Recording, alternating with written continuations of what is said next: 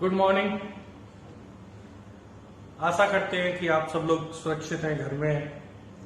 हम लोगों ने लास्ट टाइम जो लेक्चर किया था जिसमें सभी चीजें डिफरेंट नहीं थी, कुछ चीजें सिमिलर थी, मतलब कुछ एक तरह की थी, रिमेनिंग कुछ एक तरह की थी। मैंने मून का एग्जाम्पल लिया था, उस मून के एग्जाम्पल के थ्रू मैंने समझाया था। फिर एक क्वेश्चन इंटरमीडिएट का किया था। तो the cases when some things are alike and other things are alike, हम लोग उसके कंटिन्यूएशन में आज कुछ अच्छे एप्लीकेशंस करेंगे।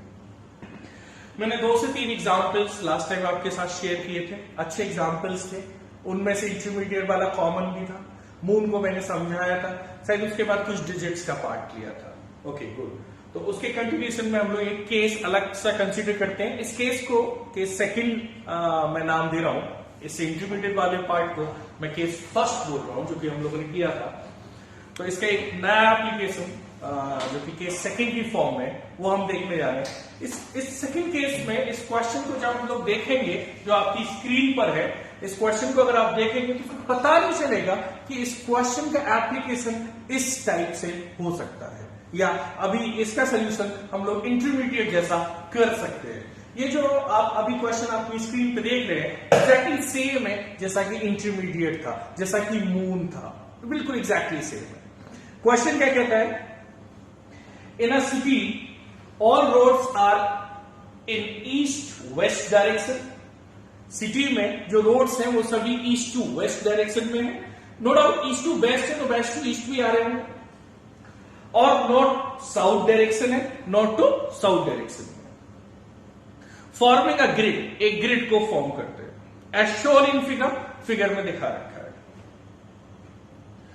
To adjacent roads in both north south and east west direction are equidistance. जो 2 रोड्स हैं north south and east west, वो दोनों एक जैसी हैं। Such that cell in the grid is a square as shown.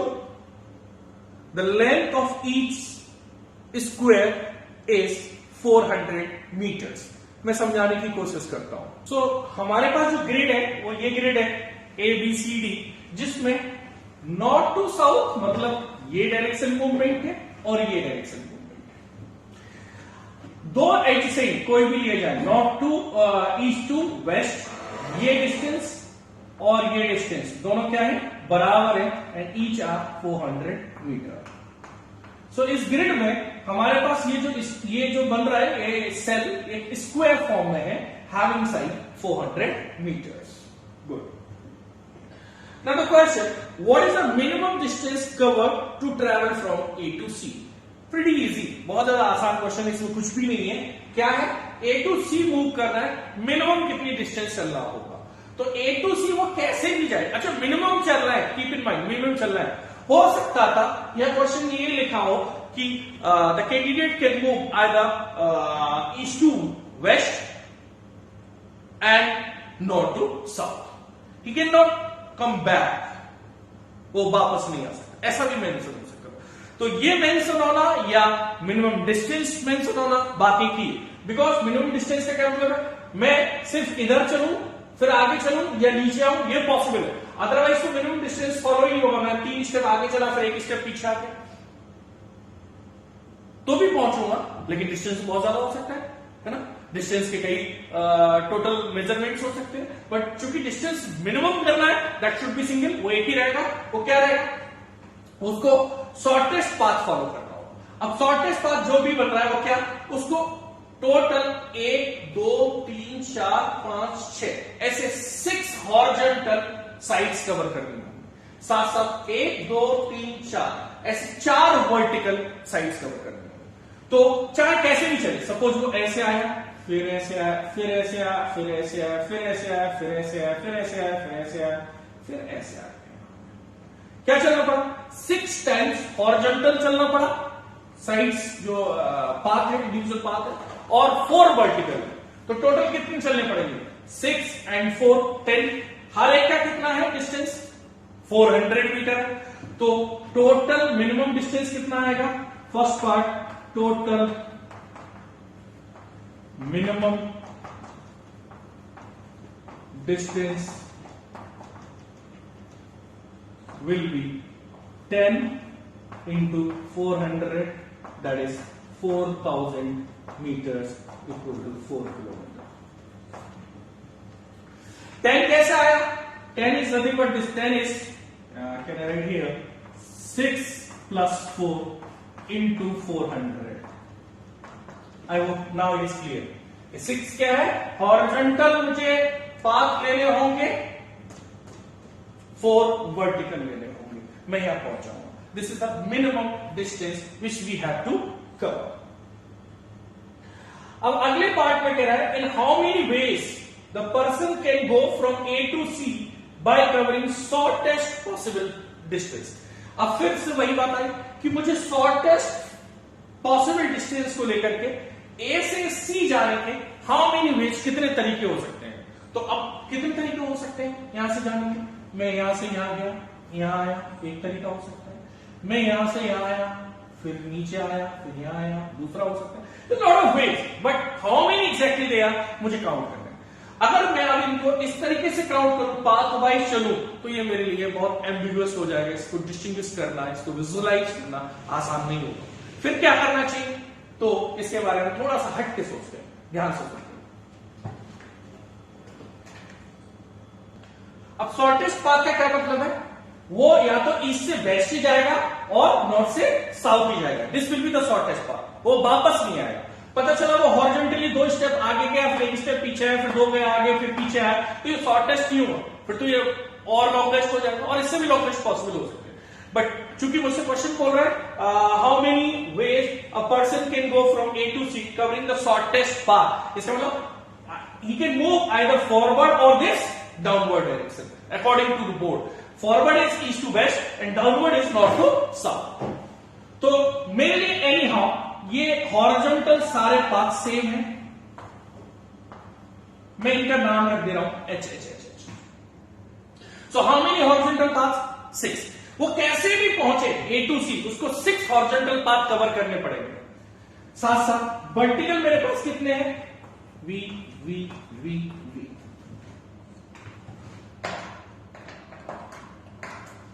We V we.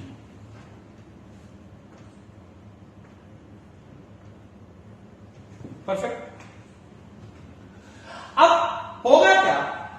In H और V को cover करने का जो ऑर्डर होगा, वो ऑर्डर पर्टिकुलर एक ऑर्डर एक पाथ को डिसाइड करेगा. कैसे? ध्यान से देखते हैं. सपोज पहले मैंने हॉरिजॉन्टल चला, फिर हॉरिजॉन्टल चला, फिर वर्टिकल चला, फिर हॉरिजॉन्टल चला, फिर हॉरिजॉन्टल चला, फिर वर्टिकल चला, वर्टिकल चला, फिर हॉरिजॉन्टल चला, फिर वर्टिकल चला, फिर हॉरिजॉन्टल चला. How many हॉरिजॉन्टल्स we have covered? 2 to 4 into 6. How many verticals we have covered? This is 4, so 1 V और आया मेरे पास. तो how many V's? 1 2 3 4. नहीं, this is my mistake, please.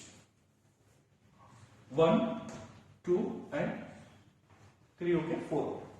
तो how many V's? 4. How many H? अब ये अगर मैं पहले हॉरिजॉन्टल चलूं, फिर हॉरिजॉन्टल चलूं, फिर वर्टिकल चलूं, फिर हॉरिजॉन्टल चलूं, फिर हॉरिजॉन्टल चलूं, फिर vertical vertical horizontal vertical horizontal, तो मुझे डेफिनेटली ए टू सी पहुंचने की लीड मिलेगी. देखते हैं क्या ये सही है. हॉरिजॉन्टल चलते हैं, हॉरिजॉन्टल चले, फिर हॉरिजॉन्टल चले, फिर वर्टिकल चले, फिर हॉरिजॉन्टल चले, फिर हॉरिजॉन्टल चले, फिर वर्टिकल चले, फिर वर्टिकल चले, फिर हॉरिजॉन्टल चले, यस, फिर वर्टिकल चले, फिर हॉरिजॉन्टल चले, यस. मैं क्या पहुंच गया? ए टू सी पहुंच गया. That means for each and every arrangement, that means for each and every arrangement of these letters we will find a path.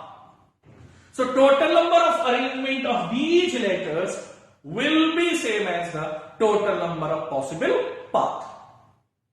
I hope clear होगा. मैं दूसरा एग्जांपल लेता हूं. फॉर एग्जांपल सपोज मैं पहले वर्टिकल चलता हूं, वर्टिकल चलता हूं, फिर हॉरिजॉन्टल हॉरिजॉन्टल हॉरिजॉन्टल चलता हूं, फिर वर्टिकल चलता हूं, फिर हॉरिजॉन्टल हॉरिजॉन्टल हॉरिजॉन्टल चलता हूं. लेट मी सी, क्या मैं वाकई ए टू सी पहुंच रहा हूं? चलिए चेक करते हैं. फर्स्ट वर्टिकल वर्टिकल वर्टिकल, ए से स्टार्ट, बीसी जा रहा है, वर्टिकल पहला, फिर सेकंड वो आल्सो वर्टिकल, ओके वर्टिकल, फिर हॉरिजॉन्टल, हाउ मेनी? 3. तो 1 horizontal, second horizontal, third horizontal. How many vertical? Now 1 vertical. Right. फिर हॉरिजॉन्टल 3, 1 2 3। फिर वर्टिकल एक हमसे रह रहा है, वर्टिकल एक और लगा लेते हैं, छूट गया हमसे एक वर्टिकल और। क्या ये लेटर्स का इससे डिफरेंट अरेंजमेंट है? तो क्या डिफरेंट पाथ मिल रहा है? हाँ, डिफरेंट पाथ मिल रहा है। This was like this and this one is like this. Perfect. That mean what? For every such arrangement of these letters, we will find a path. So how many arrangements of these letters are possible? Same number of paths will be possible. So anyhow, अगर इस question को first side में देखा जाए तो बिल्कुल भी letters का अरेंजमेंट नहीं, ये अजीब सा क्वेश्चन लग रहा होता है। मोस्टली स्टूडेंट्स को छोड़ रहे होते हैं क्योंकि इसको लिंक ही नहीं कर पाएंगे परम्यूटेशन कॉम्बिनेशन का question. But this is fantastic question जो कि हमें इसका एक अच्छा सा एप्लीकेशन दे रहा होता है, राइट? कि लेटर्स का अरेंजमेंट इस फॉर्म में ना पूछ करके इस ग्रिड के फॉर्म में पूछ सकता था। So how many such total arrangement of these 6 and 4 will be? So how many total letters are there? 10. If all 10 are different, the number of arrangement those 10 letters will be 10 factorial. Perfect. अगर मेरे पास ये total 6 H है, 4 V है, total कितने बने? 6 + 4 10 letters बने। ये सबके सब डिफरेंट होते तो कितने अरेंजमेंट हो सकते थे? 10 फैक्टोरियल हो सकते थे। Perfect. But out of those 6 are alike, तो इनके ऑन अरेंजमेंट में इस H को यहां लाऊं, इस H को यहां लाऊं, कोई डिफरेंट नहीं मिलेगा, सेम ही रहेगा। तो फिर इनके ऑन अरेंजमेंट मैटर नहीं करते। सो फिर 6 के ऑन अरेंजमेंट इसमें आ गए, डिफरेंट ले लिए, उनको हटाने के लिए मुझे 6 फैक्टोरियल से डिवाइड करना होगा फॉर H के लिए, एज वेल एज 4 फैक्टोरियल से डिवाइड करना होगा फॉर V के लिए। This is for H and this is for V. For V. And it is right direction to solve this question. And बहुत लॉजिकल अप्रोच है इस क्वेश्चन को solve करने की, जो बिल्कुल दिख नहीं रहा होता है, बहुत आसान क्वेश्चन बन चुका है। So again I am just reviewing this question. ये ग्रिड थी, एक फील्ड था A2 A B C D। इस फील्ड में मैं ये कहना चाह रहा हूं, ये पाथ बने हुए, या एक सिटी है जिसमें ये पाथ बने हुए। आप A2 आप इस फॉरवर्ड डायरेक्शन में जा सकते हैं, downward direction that is east to west जा सकते हैं, या नॉर्थ टू साउथ जा सकते हैं। हर एक पाथ एडजेसेंट, चाहे हॉरिजॉन्टल या वर्टिकल, सभी हॉरिजॉन्टल भी सेम है, सभी वर्टिकल भी सेम है, हॉरिजॉन्टल वर्टिकल आपस में भी सेम, बट इनकी नेचर अलग है। ये डायरेक्शन, ये मूवमेंट क्या है? नॉर्थ टू वेस्ट, और ये डायरेक्शन मूवमेंट क्या है? East to south. So anyhow मेरे A to C पहुंचना है, मेरे को 6 हॉरिजॉन्टल और 4 वर्टिकल पाथ कवर करने ही होंगे। परफेक्ट। अगर मैंने ये पर 6 हॉरिजॉन्टल और 4 वर्टिकल पाथ कवर किए तो मैं A to C definitely पहुंचूंगा। How many ways we can do this? सो मैंने देखा एक ये अरेंजमेंट भी मुझे पाथ डिसाइड कर रहा है, मेरा अरेंजमेंट चेंज कर रहा है, ये अरेंजमेंट भी पाथ डिसाइड कर रहा है। इसके बाद how many arrangement of such letters are possible? How many such letters are? 10 अगर डिफरेंट हो तो how many ways we can arrange them? 10 factorial. Out of those 6 are alike, so for horizontal के लिए H के लिए तो 6 factorial से divide करा, एंड 4 आर अलाइक तो 4 फैक्टोरियल से डिवाइड करा। So answer would be 10 factorial over 6 factorial two 4 factorial. I hope it is clear. तो केस सेकंड समझ में आ गया हमारे लिए। चलिए अगले केस की तरफ बढ़ते हैं। The question is there are 10 identical balls in 5 different boxes. Question is there are 10 identical balls in 5 different boxes. In how many ways we can distribute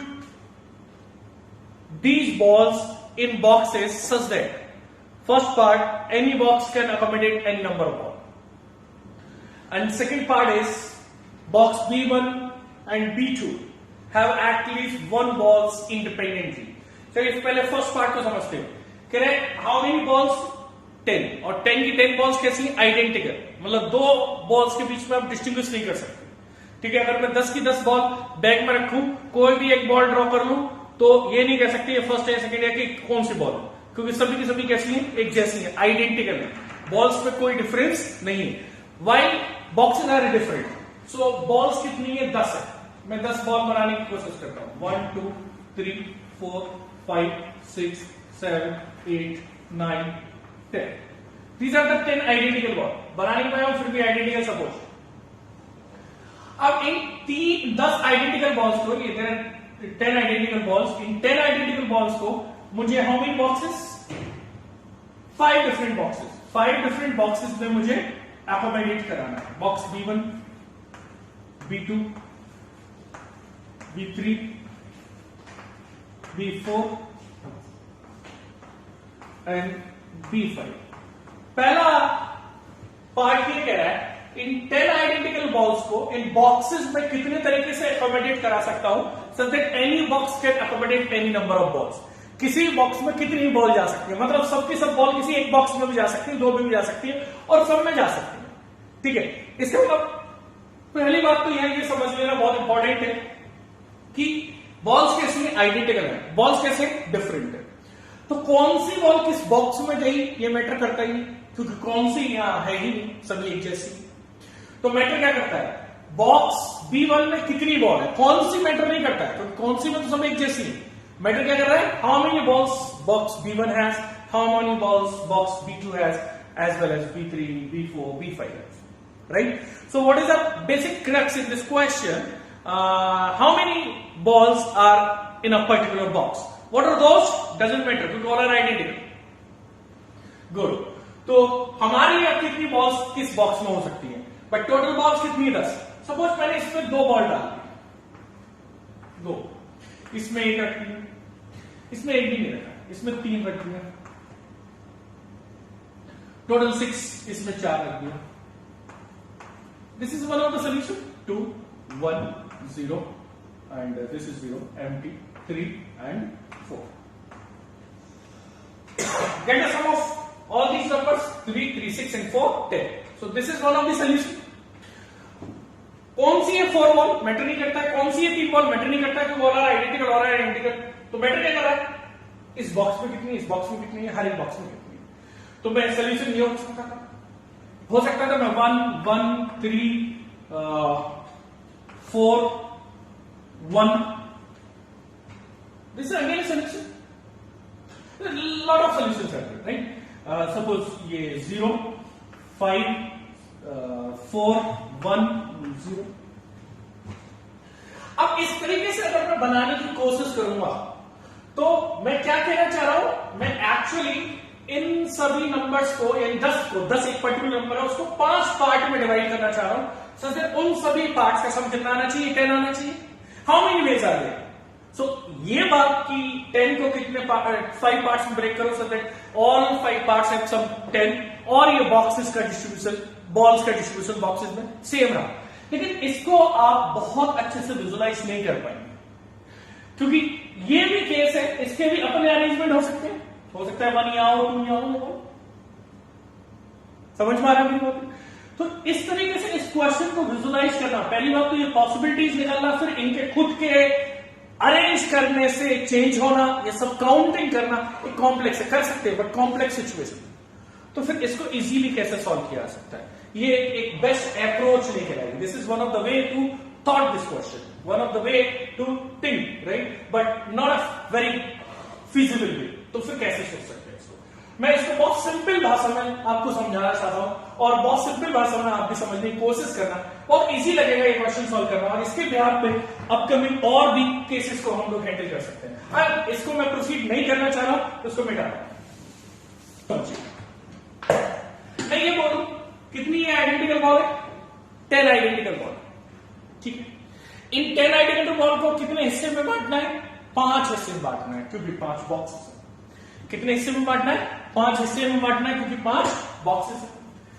अब 5 हिस्से में कैसे बांट सकता हूं, तो मैंने कहा इनमें 5 हिस्से में बांटने के लिए, इनको 5 हिस्से में बांटने के लिए इसके 5 सेपरेशन कर दो, ठीक है, सेपरेशन कर दो।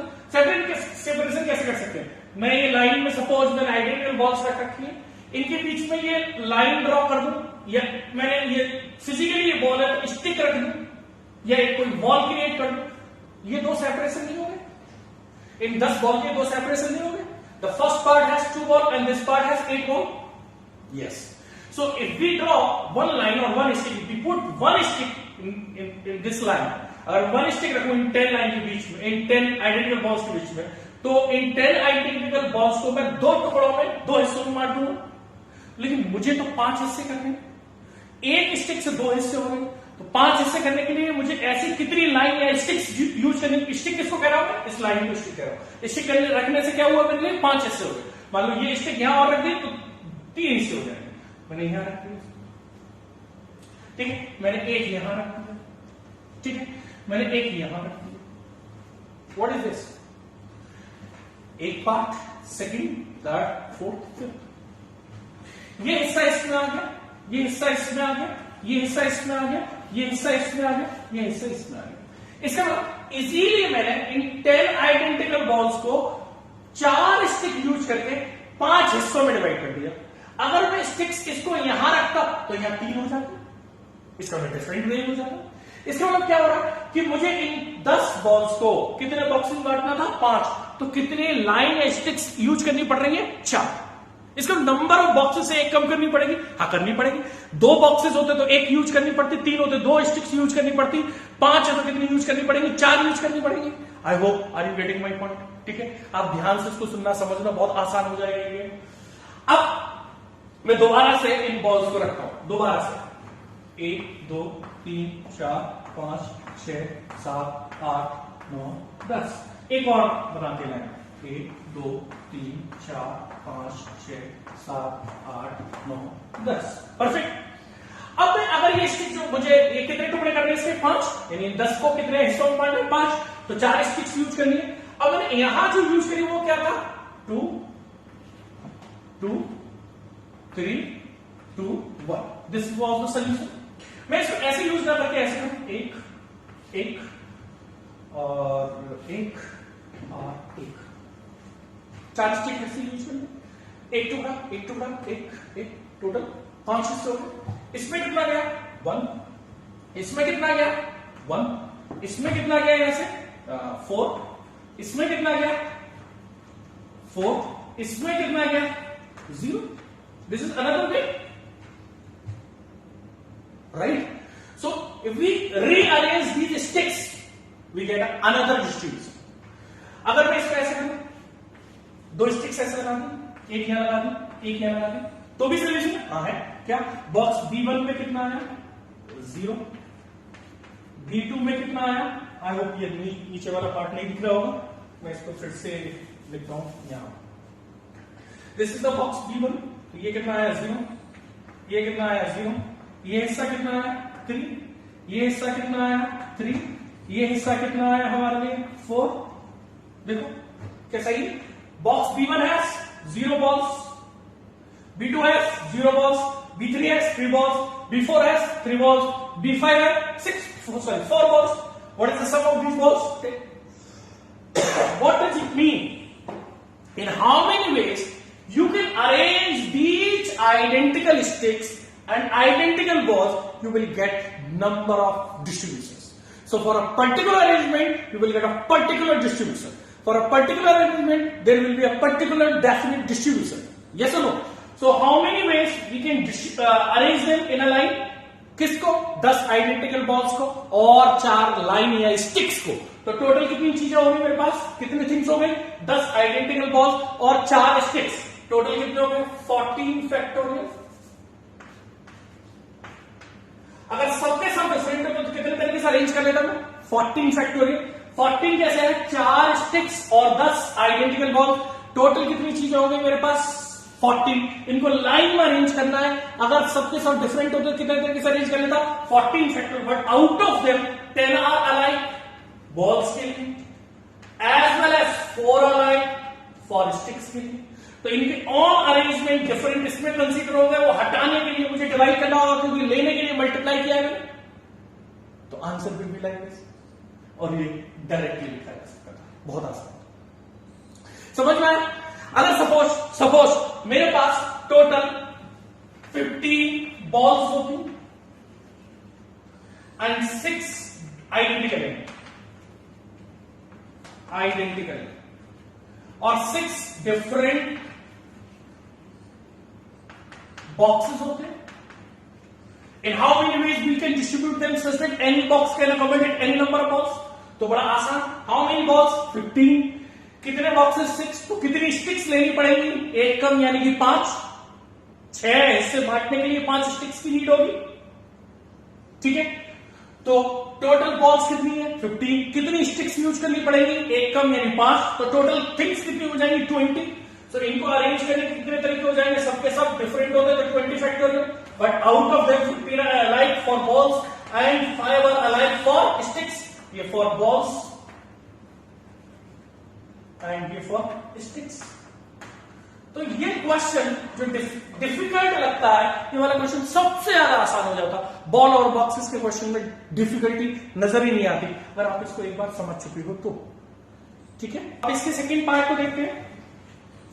सेकंड पार्ट कह रहा है box B1 and B3 have at least one ball independently. मतलब बॉक्स B1 और B3 में कम से कम एक बॉल इंडिपेंडेंटली होना जरूरी है। तो मेरे पास 10 आइडेंटिकल बॉल थी, 1 2 3 4 5 6 7 8 9 10। अब इन बॉक्सेस में B1 में B2 B3 B4 B5 box B1 and B3 में एक एक बॉल होना जरूरी है, कम से कम एक एक बॉल होना जरूरी है। तो मैंने कहा चलो एक बॉल इसको दे देते हैं, कौन सी कोई फर्क नहीं पड़ता क्योंकि सब आइडेंटिकल है। हाँ फर्क पड़ता है, डिफरेंट कलर की होती तो फिर कौन से कलर की है ये फर्क पड़ता, यहाँ ये केस नहीं है, सभी सभी आइडेंटिकल। तो B1 और B3 में एक एक बॉल इंडिपेंडेंटली होना जरूरी है, तो मैंने दोनों को एक एक बॉल दिया। अब इनमें एक एक बॉल ऑलरेडी आ गई है। Now how many balls we left with 8 balls because we used 2 balls. So how many balls we have now? 4 5 6 7 8. Perfect, 8 balls हमारे पास बचे। अब इन 8 balls को ही तो इन बॉक्सेस में डिस्ट्रीब्यूट करना है। हाँ करना है, कैसे करना है? Such that any box can accommodate any number of balls. कैसे? अब सबके सब इसमें भी आएंगे तो कोई फर्क नहीं पड़ता। क्यों? इसमें कम से कम एक होनी चाहिए थी। हाँ है, इससे ज्यादा तो भी ठीक है। इसमें कोई नहीं है, कोई नहीं है, कोई नहीं है, इसमें तो एक आ गई, परफेक्ट है क्योंकि B3 में कम से कम एक होना जरूरी था। अब चूंकि एक बॉल इनको दे दी तो मेरी कंडीशन फुलफिल हो गई। अब मैं बची हुई बॉक्सेस को any number of boxes 5 boxes में कैसे अकोमोडेट कर सकता हूं, such that any can accommodate any number of balls. हाँ है ना, इसका मतलब क्या हुआ? अगेन अब मेरे को क्या करना है, 5 बॉक्सेस में डिस्ट्रीब्यूट करना है। तो कितनी स्टिक्स यूज करनी पड़ेंगी? 4। मान लिया मैंने 4 स्टिक्स ऐसे लगा दी। So in how many ways we can arrange them? How many sticks? 4. How many identical balls? 8. How many things? 8 balls. 4 sticks. बहुत से लोग कहेंगे स्टिक कौन से ले आए? स्टिक सिर्फ इस वजह से रखी है अपने आप को सहूलियत में लाने के लिए कि ये सेपरेट हो जाए, और वो भी आइडेंटिकल इसलिए अगर मैं स्टिक को यहां लाऊं और इस स्टिक को यहां लाऊं तो इन दोनों स्टिक को डिफरेंट लेता, तो इसको यहां लाना और इसको यहां लाना डिफरेंट ट्रीट किया जाता, लेकिन अरेंजमेंट ये वाला डिस्ट्रीब्यूशन चेंज नहीं होता। इस वजह से इनको आइडेंटिकल रखा है, इनको डिफरेंट नहीं रखा है, क्योंकि अगर इनको डिफरेंट रखता तो इसको यहां लाना, इसको यहां लाने से ये अरेंजमेंट चेंज हो जाता, बट डिस्ट्रीब्यूशन चेंज नहीं होता। यहाँ अभी भी एक, यहाँ 2 हो जाती, एक ऑलरेडी एक और आ जाती, यहाँ 1, यहाँ 3 हो जाती, यहाँ 1, यहाँ 3 हो जाती। अगर मैं इस स्टिक को यहां और इस स्टिक को यहां लाता तो डिस्ट्रीब्यूशन चेंज नहीं होता। तो 8 balls 4 sticks, in how many ways we can do this? 12 factorial अगर सबके सब डिफरेंट होते, बट उनमें से एक बॉल एक जैसी है, 8 factorial into 4 factorial. So how many ways we can distribute them? 12 factorial over 8 factorial into 4 factorial. Perfect है। तो अब नेक्स्ट केस को डिसाइड करते हैं। ठीक है, नेक्स्ट केस देखते हैं, ये भी अच्छा एप्लीकेशन है। इसमें 2 पार्ट में करते हैं। केस 4 है, पहला केस इंटरमीडिएट वाला केस मैंने कंसीडर किया है, सेकंड केस वो पाथ वाला कंसीडर किया है, थर्ड केस ये बॉल एंड बॉक्सेस वाला किया है, and this is the case 4 part A। If ABC are whole numbers, find possible number of ways such that sum of these whole numbers is 12। क्या है? ABCD 4 whole numbers है, A B C D, ये whole numbers है। Whole numbers का मतलब इनका values 0 से लेके कोई भी बड़ा हो सकता है, इंटीजर। ठीक है, इनका सम क्या आना चाहिए? 12 आना चाहिए, 12 आना चाहिए। केस 4 का A part, if ABCD are whole numbers then find possible number of ways such that sum of these whole numbers is 32, is 12। इनका सम 12 होना चाहिए। तो मैं ये कहूं एक तरह से मेरे पास ए एज अ होल नंबर ना हो करके ए is a box, a box B है, ये बॉक्स सी है, ये बॉक्स डी है।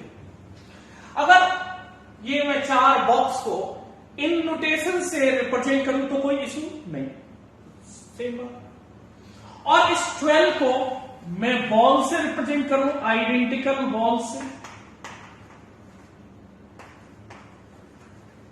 तो कोई इशू नहीं।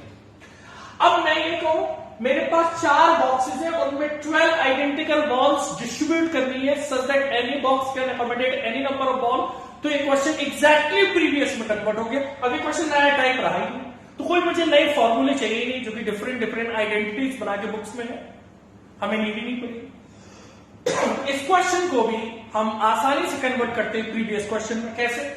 ए B, A plus B plus C plus D, ये एबीसीडी होल नंबर से इनका सम क्या होना चाहिए 12, इसके मुझे नंबर ऑफ वेज बनाने थे। तो मैंने कहा एबीसीडी, मेरे पास 4 डिफरेंट बॉक्सेस उनके नेम है ए बी सी डी, उनमें 12 आइडेंटिकल बॉक्स को डिस्ट्रीब्यूट करना है such that any box can accommodate any number of box. इसका मतलब क्या हो गया? मेरे पास 12 आइडेंटिकल बॉक्स, यस, 2 4 6 7 ये आया 12 box. How many sticks to divide them in 4 boxes? अब कितनी भी स्टिक्स की रिक्वायरमेंट होगी? 4 टुकड़े बनाने तो 3 स्टिक्स की रिक्वायरमेंट होगी। अब इन स्टिक्स को मैं जैसे जैसे अरेंज करता हूं और बॉल्स को अरेंज करता हूं, हर एक अरेंजमेंट मुझे एक डिस्ट्रीब्यूशन दे देगा। सपोज मैं लगाता हूं ball,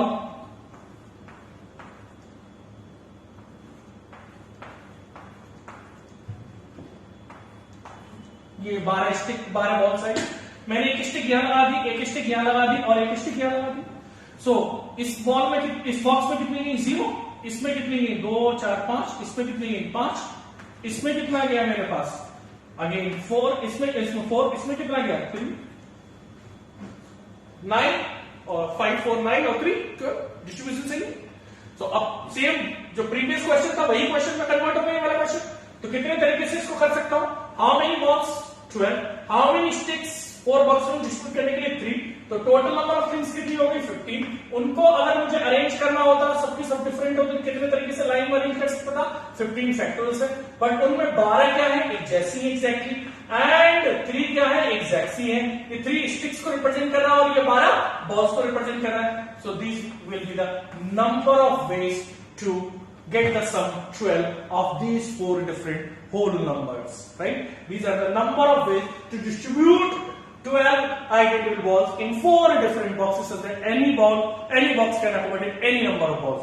Will be the same answer for this question. तो इसका B पार्ट देख लेते हैं हम लोग।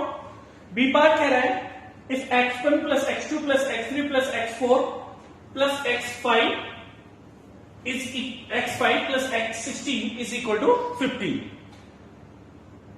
Then find total whole number solution if x1 is greater than or equal to 2 and x5 is greater than 1. मतलब क्या है? x1 की वैल्यू, वेरिएबल x1 की वैल्यू कम से कम 2 हो सकती है, इक्वल टू 2 हो सकती है, या उससे बड़ी होनी चाहिए, इससे नीचे परमिसिबल नहीं। x5 क्या कहना चाह रहा है? 1 से बड़ी होनी चाहिए और होल नंबर होनी चाहिए, यानी 1 से बड़ी सारी वैल्यूज जो होल नंबर है वो सारे परमिसिबल है। वो सॉल्यूशंस x5 के जो 1 से बड़े हैं वो परमिसिबल है। कहां तक? वो तो आपकी लिमिट पता है 50। ठीक है, तो मैं इसको बॉक्सेस की तरह ट्रीट करूं तो हर एक वेरिएबल को बॉक्स मान सकता हूं। x1 is a box, variable x1 box, x2 box and so. अब मेरे को x2 के लिए कम से कम 2 चाहिए ही चाहिए, तो मैं 2 आइडेंटिकल बॉल यहां रख दे रहा हूं। कौन सी? इससे कोई फर्क नहीं पड़ रहा है। x5 में कितनी रखनी है मेरे लिए? 2। क्यों? क्योंकि 1 से बड़ी होनी चाहिए और 1 से बड़ा होल नंबर क्या होगा मेरे लिए? 2। तो out of those 15 identical balls we have used 4 identical balls. How many remaining? 11. How many we left with? 11. 3, 6, 8, 11. अब ये 11 बॉल्स मेरे पास बची, क्योंकि इनमें से 15 में से 4 में यूज कर चुका हूं, 11 आइडेंटिकल बॉल्स बची। अब मुझे इनको कितने हिस्से में बांटना है, 6 पार्ट्स में बांटना है, तो 5 स्टिक्स लगाना होगा। मैंने 5 स्टिक्स ऐसे लगा दिया, 5 स्टिक्स लगा। ये क्या सोल्यूशन रिप्रेजेंट कर रहा होगा, मैंने एक बॉल और इस बॉक्स को दी, ऑलरेडी कितनी थी 2, एक और आ गई तो कितना आ गया होगा 3, यहां कितनी आ गई 2, पहले से नहीं थी, यहां कितनी आई 1, यहां कितनी आई 2, यहां कितनी आई 2 ऑलरेडी, ये 4 और आ गई, कितनी होगी 6, 6, इसके लिए कितनी आई 1। देखिए दिस सम इज व्हाट 5, 6, 8, 14 और 1 is 15. So this is the correct solution. Let me go. In how many ways we can arrange these 11 identical balls and 5 sticks? Same ways will be number of solutions. Same total number of solutions होंगे हमारे लिए। जितने तरीके से मैं इनको arrange कर सकता हूं, in same way we have total whole number solutions. So for every arrangement we will have a whole number solution. So how many whole number solution we will get? So how many arrangement we will get? So total things are how much? 11 identical balls and 5 sticks. How many things are there? 11 plus 5, that is 16. कितने तरीके से arrange कर सकता हूं 16 को? 16 factorial से, अगर सबके सब डिफरेंट है तो, बट उनमें से 11 एक जैसे है, वो क्या है बॉल्स है, तो उनके आपस के ऑन अरेंजमेंट मेरे लिए मैटर नहीं करेंगे, क्योंकि वो आइडेंटिकल है, इसको यहां लगाऊं उसको यहां लगाऊं तो डिफरेंट नहीं होगा, अरेंजमेंट सेम होगा। And 5 for sticks. तो इतने तरीके से मैं इन 11 आइडेंटिकल बॉल्स और 5 स्टिक्स को एक लाइन में अरेंज कर सकता हूं। तो these are the total number of ways to arrange them. Yeah, these are the total number of ways to distribute 11 identical balls in 6 boxes such that x1 already has 2 and x5 already has 2 identical balls. So same number of whole number solution for the equation will be right. How much it is? 16 factorial over 11 factorial into 5 factorial. So this would be your correct answer. ठीक है, तो हम लोगों ने इसको लेकर के काफी अच्छे एप्लीकेशंस किए। ठीक है, किसको? अगेन वही, जब there are n things out of which p are alike, q are alike, r are alike, तो उसका फॉर्मूला आप लोगों ने देखा था, क्या था? n factorial over p factorial, q factorial, r factorial. मैंने इस फॉर्मूले को लॉजिकली बहुत अच्छे से एक्सप्लेन किया था और इस पर बेस्ड एग्जाम्पल उस दिन भी किए थे, और आज मैंने काफी अच्छे एप्लीकेशंस इसको ओवर किए। आई थिंक इस पार्ट को अगर आप इस तरीके से सोच लेते हैं तो बहुत सारे क्वेश्चंस को ओरली सॉल्व कर सकते हैं like this, right? Thank you all of you.